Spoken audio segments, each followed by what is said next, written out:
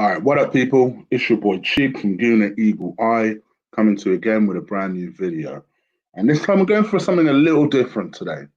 We're still Eagle Eye, it's still the Transfer Rumor Show. We're still going to be having fun, and that's something we're going to address right off the bat.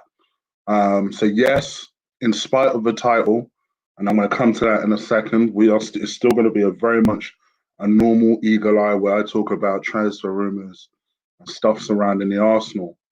For those people who tune in specifically for me to talk about Black Lives Matter, I am going to timestamp that, and I'll put that in the description below for those people who are watching on a playback and are genuinely curious as to why I've taken the approach I've taken. Now, for me, before I go into the rumors, the reason I decided to do a show today was I respect everybody that is participating in Blackout Tuesday. I get the sentiment behind it. I just simply don't agree with it. I think for me, actually, what you should be doing is the complete opposite. You shouldn't be going silent. You should be talking, invoking conversation. The first time I even heard of it, you guys know this already. I don't live on social media.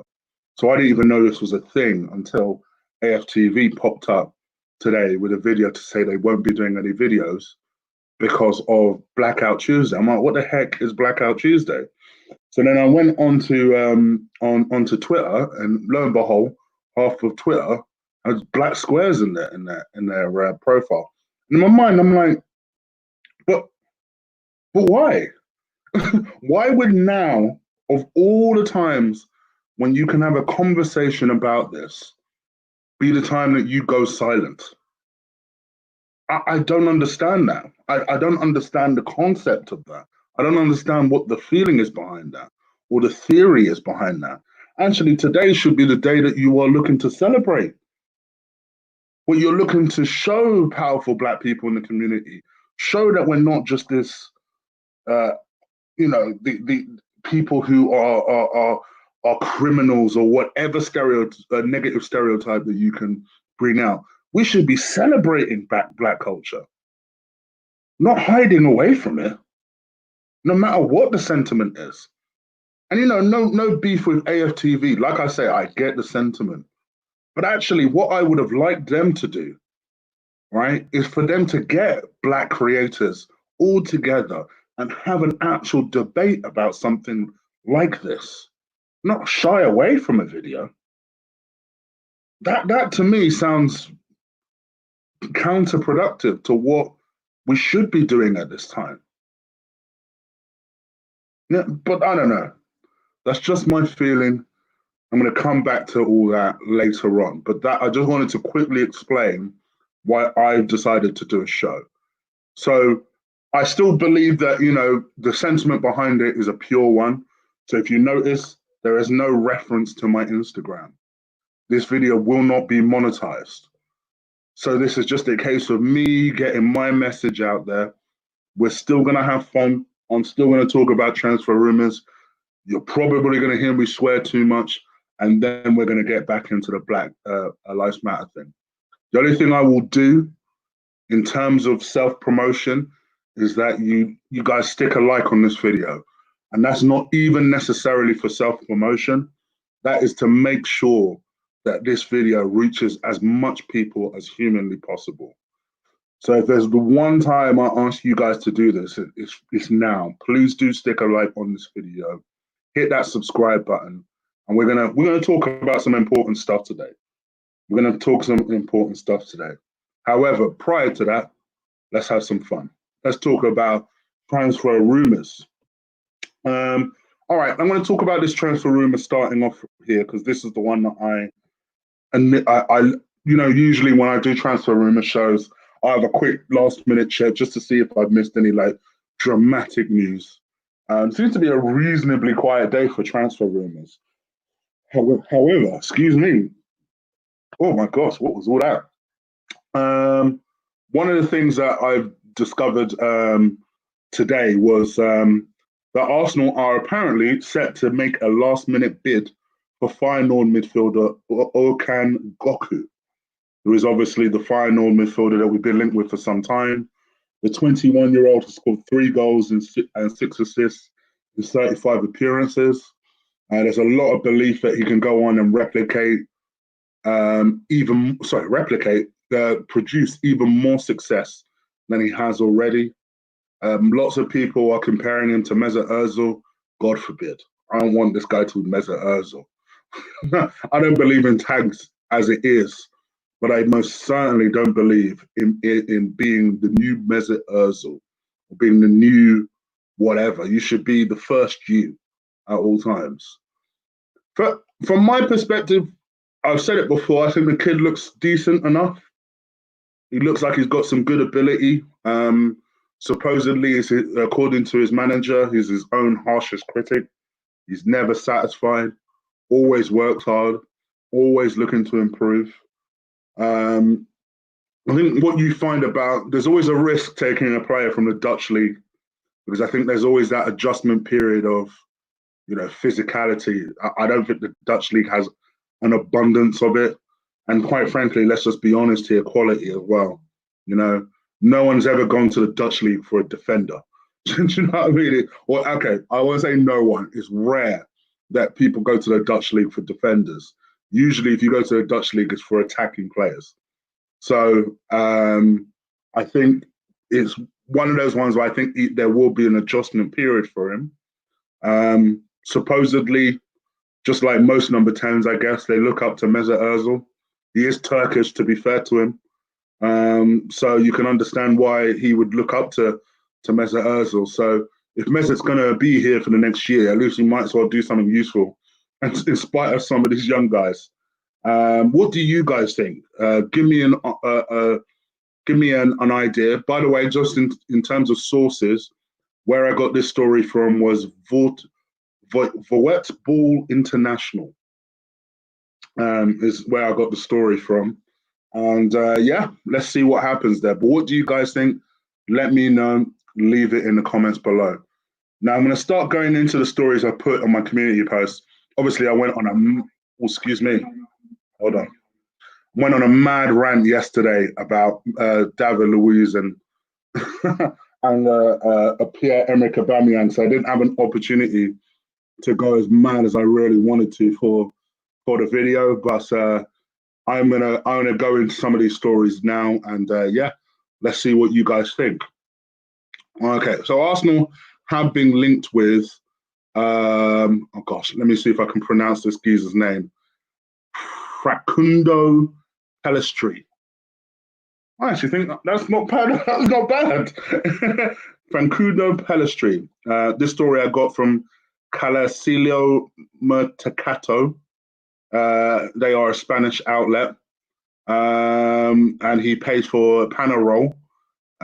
He's obviously a wonder kid. He's the new Paulo de Diablo. I always find with these type of people, so people always say to me, you always put names of unknown players in there. Why? We don't know how good they are. I've said this before, and I'll say this again. You're right. I like to treat all stories the same. But one thing I will say is this. Generally, you can tell if a player has decent potential or not, usually by the caliber of teams that are linked with him. Now, in this particular case, all right, it's us, it's Newcastle, it's Wolves. So on the face of it, you might be thinking, well, they're not the highest caliber of teams. But then let me break that down. Newcastle on the verge of completing a takeover that seems to be taking forever, but they are on the verge of completing that takeover. So immediately, the caliber of players that they are looking for are not the same as it was 12 months ago. Wolves, quite frankly, along with Leicester, those are the sort of teams that we need to be watching when they look at unknown players. Because generally, they've probably got it right.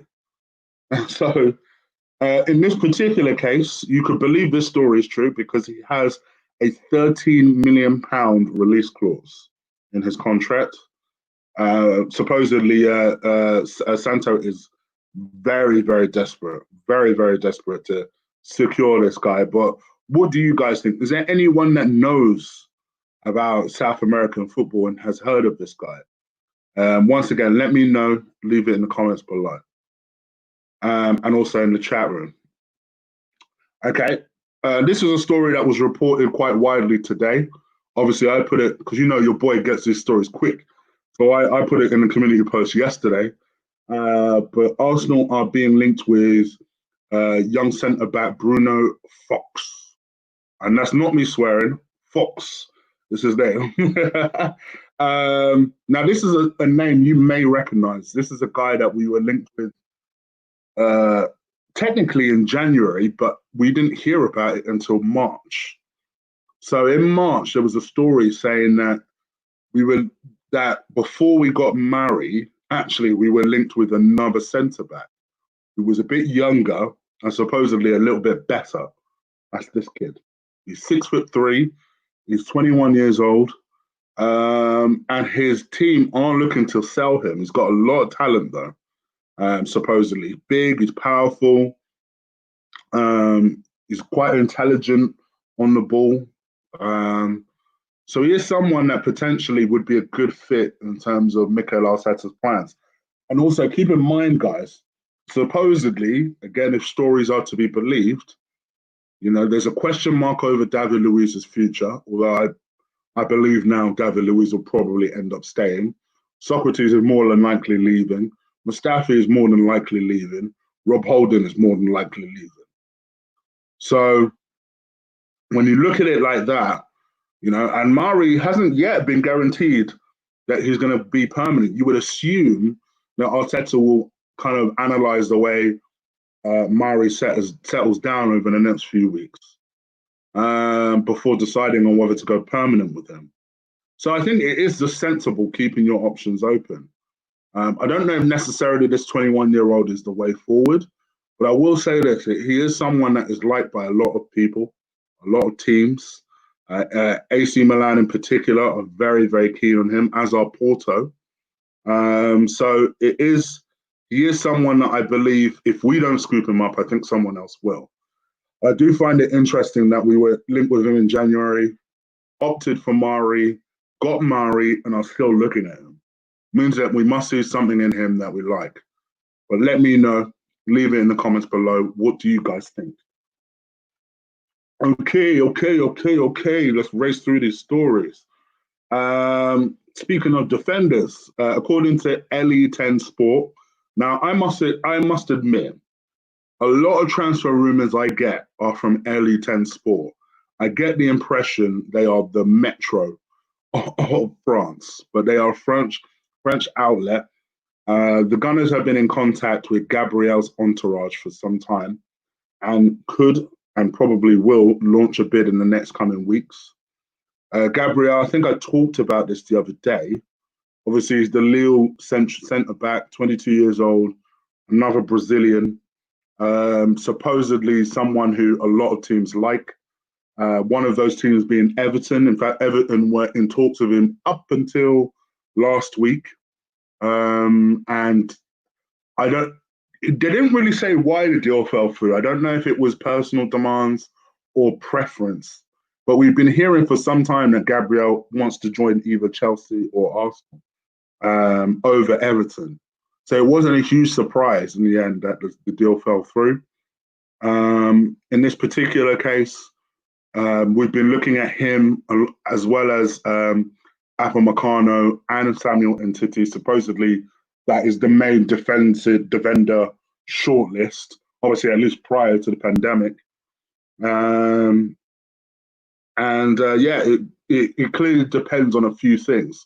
Keeping in mind, we're also looking at Lille striker Osimhen as well. Not to mention, we've still got payments going to Lille for Nicolas Pepe. So it'd be very interesting to see what kind of deal, if any, that we could potentially work out. Arsenal, being typically ambitious and cheap, hope that they can do a double swoop. That's right, a double swoop for £50 million. I remind you, a double swoop. So they clearly don't value Osimhen that highly if they're talking about a double swoop. So I can't see there being much movement on that. But let's see what happens. Again, what do you guys think? Do you rate Gabriel? Let me know. Leave it in the comments below. I know a lot of you guys since the last couple of RB Leipzig game have been put right off Upamecano. Um, I hate to be the one to tell you. I think only me and Ben were backing it from day one. I told you guys that I still think he's a good player. He's a good player, Upamecano. I still think the ceiling is high. But I also think that Canute, his younger defensive partner, who I think he was injured yesterday, but Canute is the better guy, he's the better defender. He always was. So you watch when that kid eventually moves, you watch. But yeah, you guys let me know. Leave it in the comments below. All right. This one kind of broke my heart. Yeah, and that is Ainsley Maitland-Niles. It looks like Ainsley Maitland-Niles. I did say this a couple of weeks ago, but all stories seem to be pointing in this direction at the moment. Ainsley Maitland-Niles is set to leave the Gunners after falling out with Mikel Arteta. He's likely to be offloaded. Lots of teams are interested in him. I think I mentioned this a while ago that Man City were interested in him, Everton were interested in him, Liverpool potentially were interested in him. Like lots of teams are interested in him, which just goes to show you that the player is clearly a decent player. This is a big call from Mikel Arteta, big call. I personally would have got rid of anybody else like Hector Bellerin, say, over Ainsley Maitland-Niles. But, you know, you live and die in your sword sometimes, and I think this is going to be one of them calls. So we'll see what happens. Obviously, we haven't really ever heard from Ainsley Maitland-Niles since all this happened. He's being very professional. The guy has 3 years left on his deal. So one thing I will say is that we are in a very strong position there. So that if we do decide to sell him, you would think we would command a very decent fee. It's a very rare thing for Arsenal to be in a strong position when selling a player. But it looks like we are in a strong position. Sorry, guys, I've got about 10 flies in the kitchen because my wife insists on keeping the garden door open. It pisses me off. So, yeah, sorry about that. What was I going to say? Yeah, but we are in a strong position. So yeah, we'll see what happens. But in the end, I think it'll be a sad day once he leaves. I always like the kid. I like the kid because I always think, yeah, you could argue that he had some quality issues, but I think in the grand scheme of things, was he any worse than certain players that we had about? He's no worse than Hector Bellerin. At least I saw some progression in Ainsley Maitland-Niles. But that was what I never understood about him being dropped. Because actually, in Mikel Arteta's first 5 games, I thought Ainsley Maitland-Niles was pretty integral. And then for some reason just got dropped. We now know the reason was that he fell out with Mikel Arteta over, we were told it was over the position he was playing. That's not the case.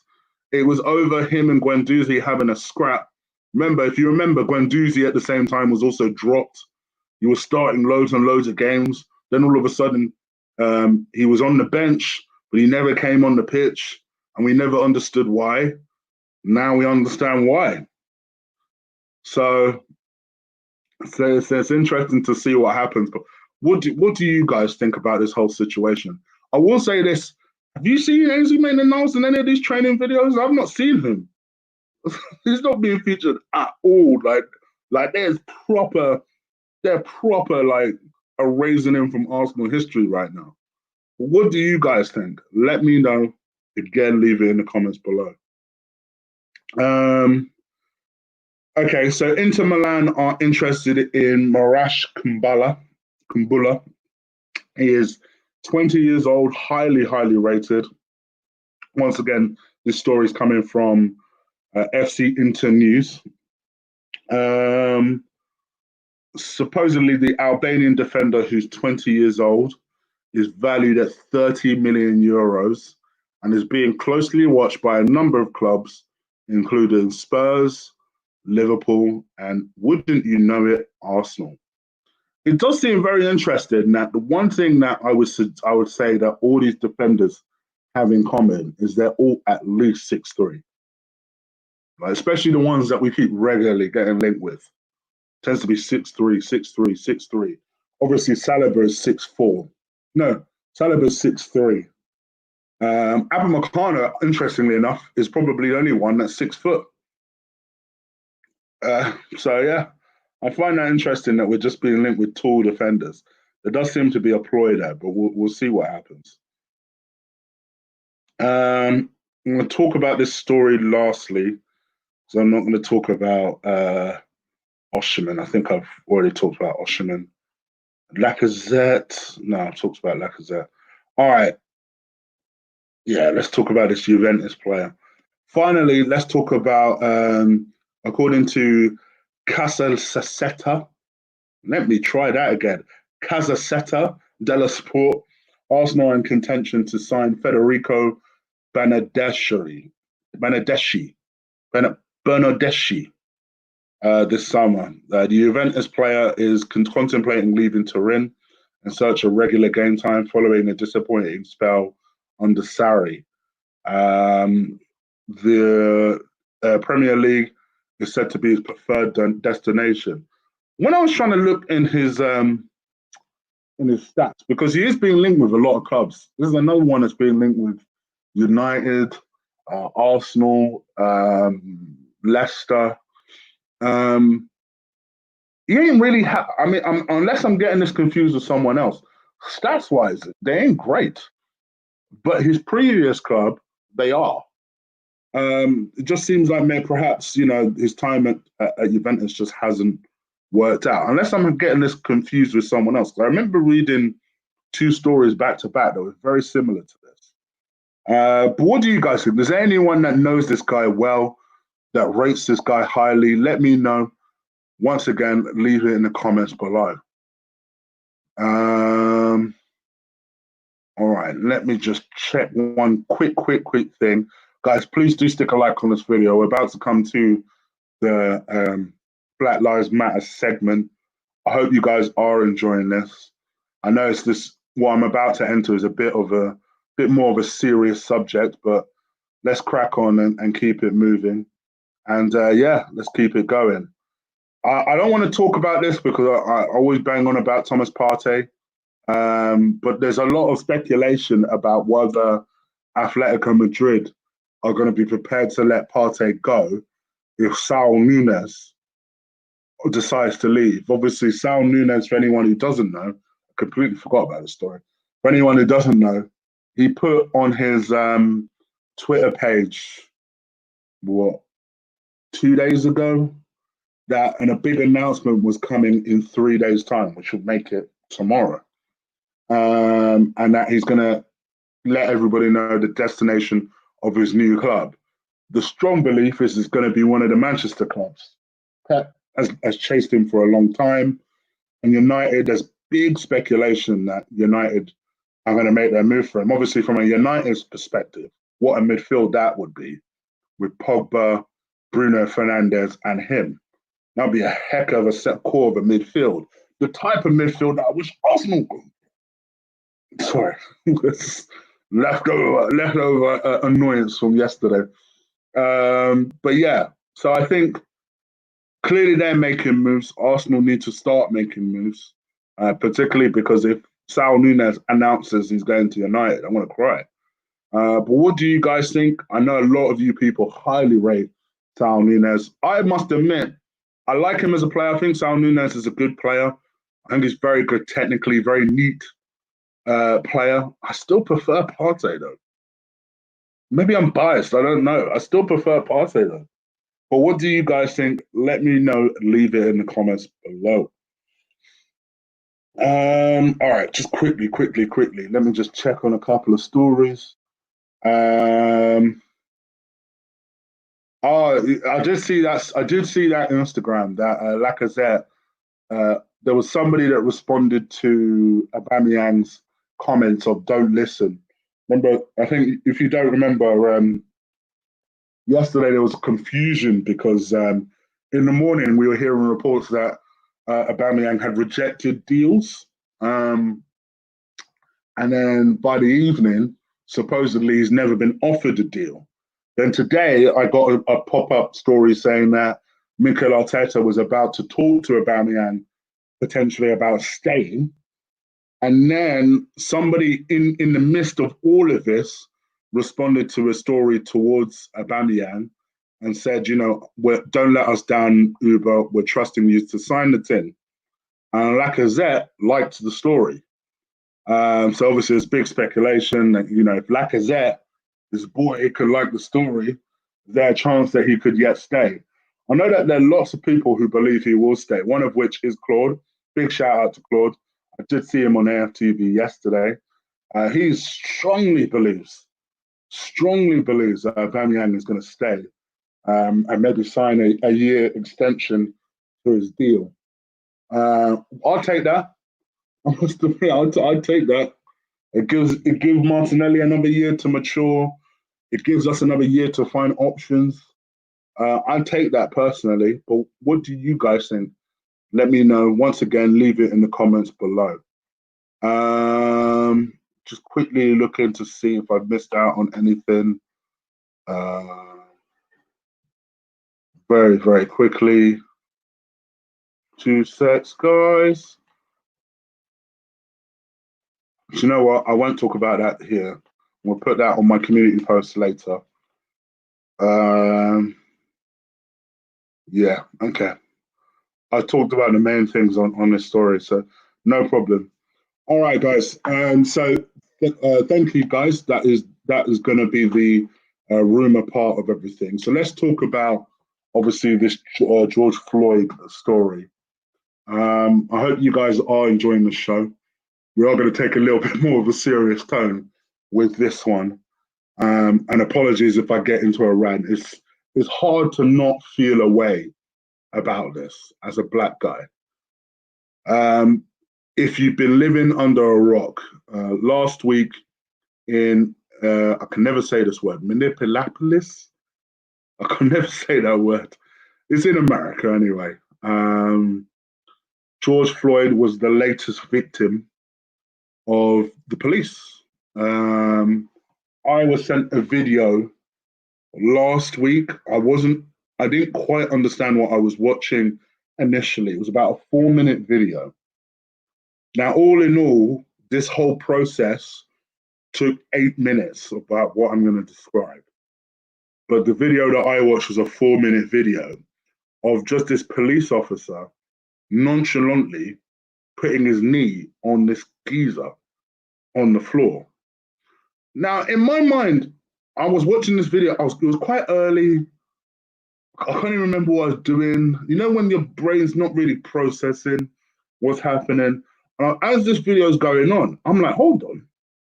Does this geezer have his knee on the black guy's neck? And this black guy is wriggling and begging him that he can't breathe and this, that, and the other. And then all of a sudden, there's this eerie silence from this guy, mind you, because in the rest of the video, the people who are filming this thing are screaming and begging the police officer, look, this guy cannot breathe. You can't breathe. You need to get it. You need to get your knee off him.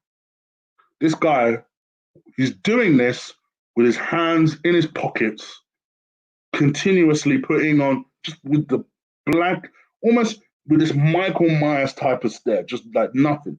It's just complete vacant stare. Or just looking at the camera casually, just subduing, and let's just call it what it is, killing this guy. Killing this guy in front of our eyes. I was watching a snuff movie. And you know, when you watch something and again, you're trying to process what just happened. Like, I just watched a murder from a police officer. And then obviously there was this massive outpour and this cry, like, how can this happen? Because unfortunately in America, this happens. This just happens now. Where police shoot somebody, they get away with it. Oh, and that person tends to be black. Right? And obviously, because of the shocking nature of it, people have absolutely gone mad with this. in the sense that, every post that you see now is Black Lives Matter. It's really trying to push the Lives agenda. And obviously, almost concurrently, almost inevitably, people have become resistant to it. Because whenever you mention something to do with race, somebody else feels left out.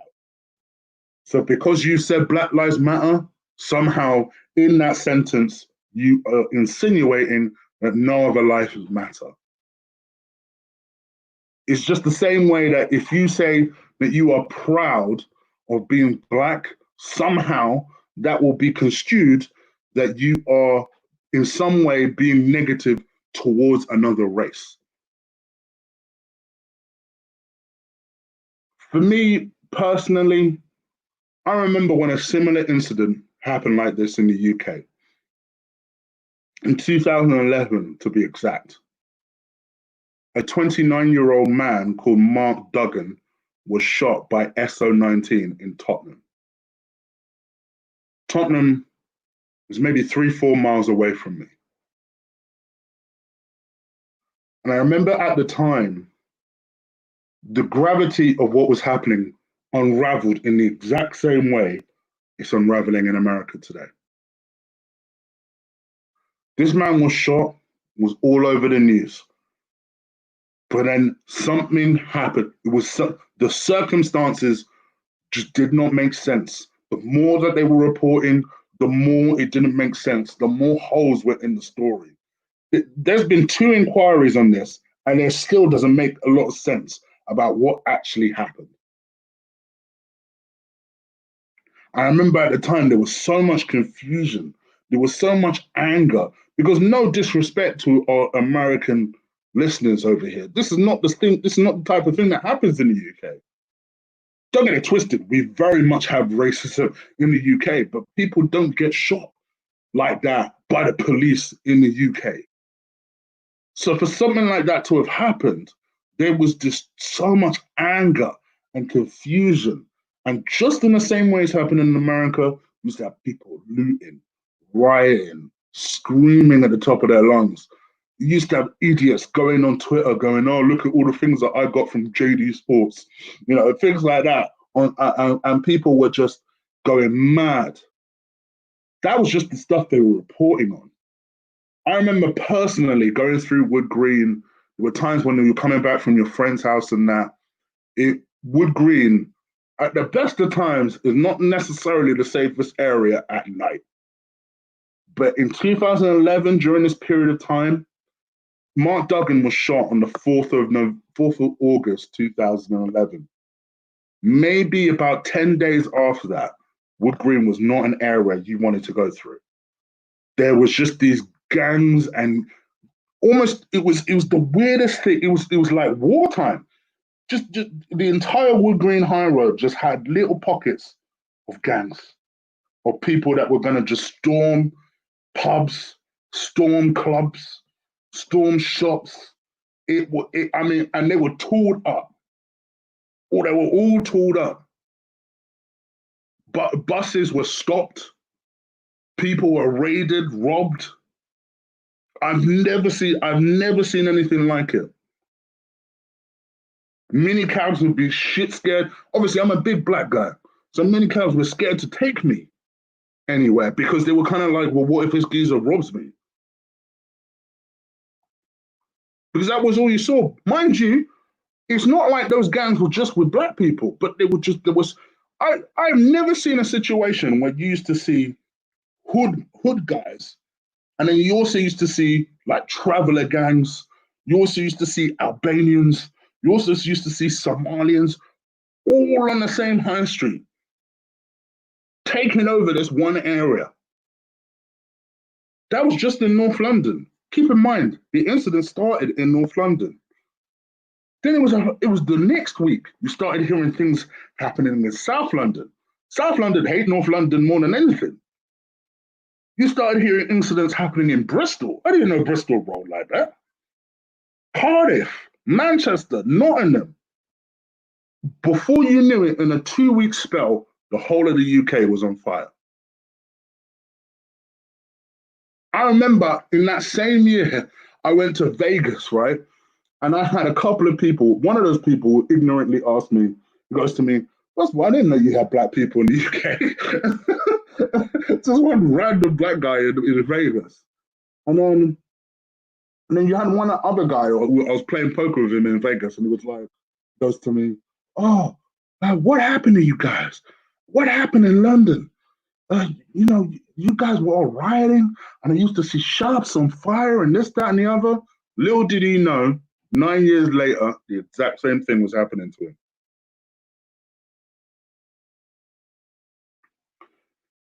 For me, this is not the time, and I said this earlier, to go dark or to go to be silent or to go blackout or to not say something.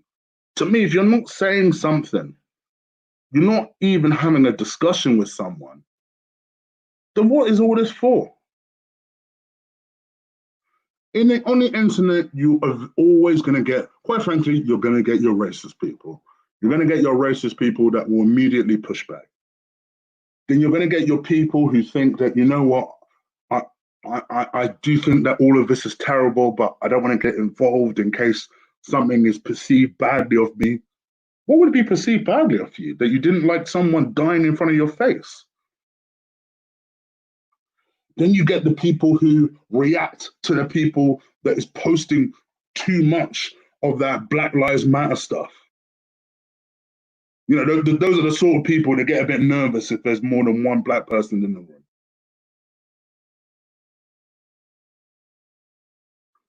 Or you get the sort of people that immediately, when somebody posts Black Lives Matter, is extremely offended and then immediately respond with all lives matter.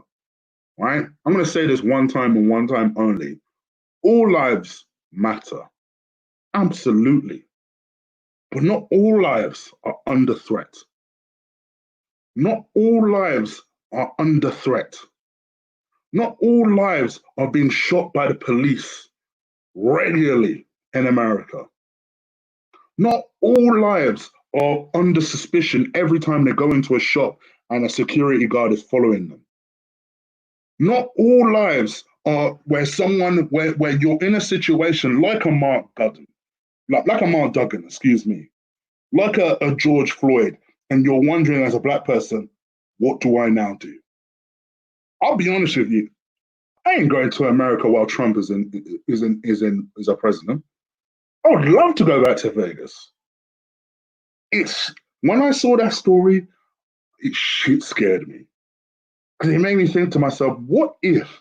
Because I'm the type of person that will accidentally find myself uh, being some kind of mistaken identity or something and land myself in some bullshit. And then I get shot dead for what?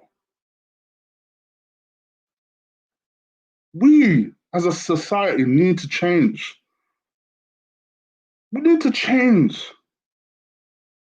Because as much as people want to, and I'll come to the riots, don't get me wrong, we as a society need to change. Just because somebody posts something in support of a cause doesn't mean that you need to then question it with something else and say, oh, well, why are you posting all lives matter? Last time I checked, all lives weren't being gunned down, weren't being snuffed out. All lives do matter, but not all lives are under threat. This is us saying Black Lives Matter is an appeal. It's an appeal. You know that, right? Black Lives Matter is so that we're not treated the way that police officer treated that George Floyd, like he was nothing. Like he was nothing. I don't care what he allegedly was accused of doing, which, by the way, apparently he was accused of alleged fraud. Fraud, mind you. Because the last time I checked, in a Western country at least, you are due a trial prior to a conviction. Surely. You are innocent until proven guilty. Surely. And that's the point. That's where we need to change as a society. Because how do you expect police to change if we don't? Oh, you're putting Black Lives Matter, so you must be racist. Oh, you're proud to be black, so you must hate white people. What kind of mentality is that? Oh well, I think out of respect, I'm not going to post anything on today about black people because out of respect to George Floyd. Sorry, you're not going to do anything. You're going to put a black square as your profile picture, and that's supposed to tell me what?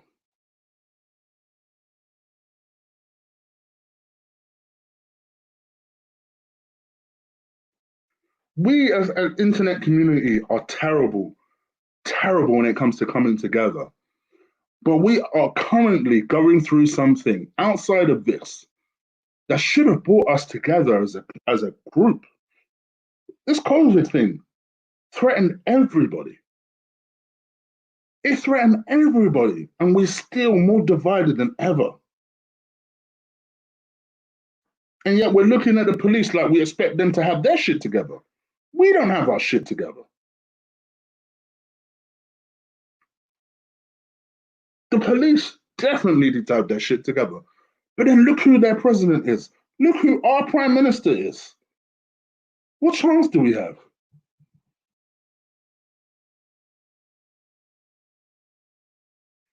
So, from my perspective, I wanted to say this, and I'm going to move this on to the riots now. I am all for protesting. It's the only way you get your voice heard. And in situations like this, I've said this before and I'll say this again. We need, you see, you white people that are supporting us, we need you guys badly. We need you guys badly because your voices are the loudest in this situation. Your fight is the most venomous in this situation. Don't push back against us because you see a Black Lives Matter and you think, oh, don't all lives matter? Black Lives Matter shouldn't be a threat. It's an appeal. It's an appeal. Appealing to those who are taking our lives. Don't be threatened by it. Support it. Because you're right. We all bleed the same way. We're all human beings. And all lives should matter.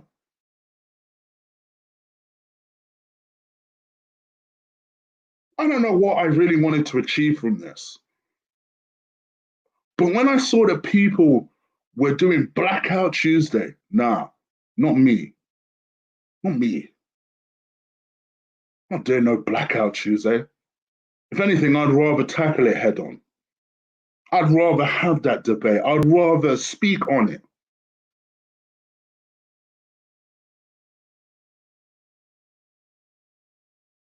I love all people. And I love my people.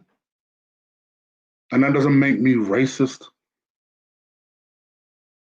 That just means I want us to survive.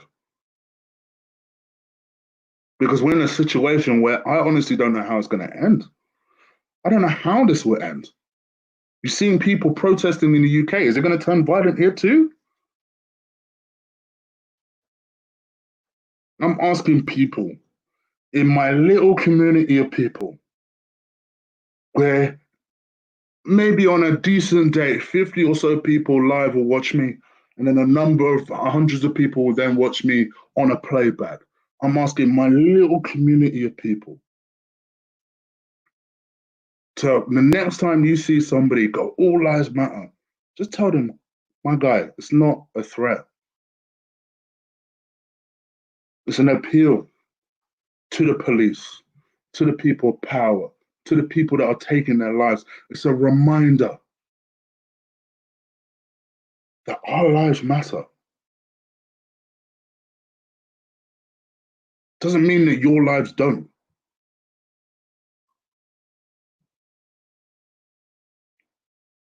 And those of you that are rioting, you're targeting the wrong people. Don't be burning your cities down. That's what they want. You're playing into what they want. Protest peacefully, and every time one of those scumbags do something to you and attack you, you make sure you catch that on camera, because the media won't report shit like that. They'll say that, oh, it's the protesters that are causing problems. So change the narrative. Be strong.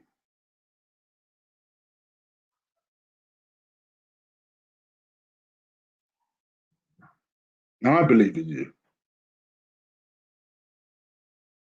Anyway, that's all I wanted to say. I know lots of people have been asking me, and I apologize, because to be honest with you, I should have done this last week. I'm a black man with a platform, and I should have made that appeal a long time ago. Heck, I'm making it now. I'm appealing to everybody. When the next time you see a Black Lives Matter, support it. Don't work against it. This is not about, oh, well, don't all lives matter. When you see an appeal towards women, you don't say, well, men lives matter as well, you know. What about men's rights? You don't do that. So why are you doing that for this?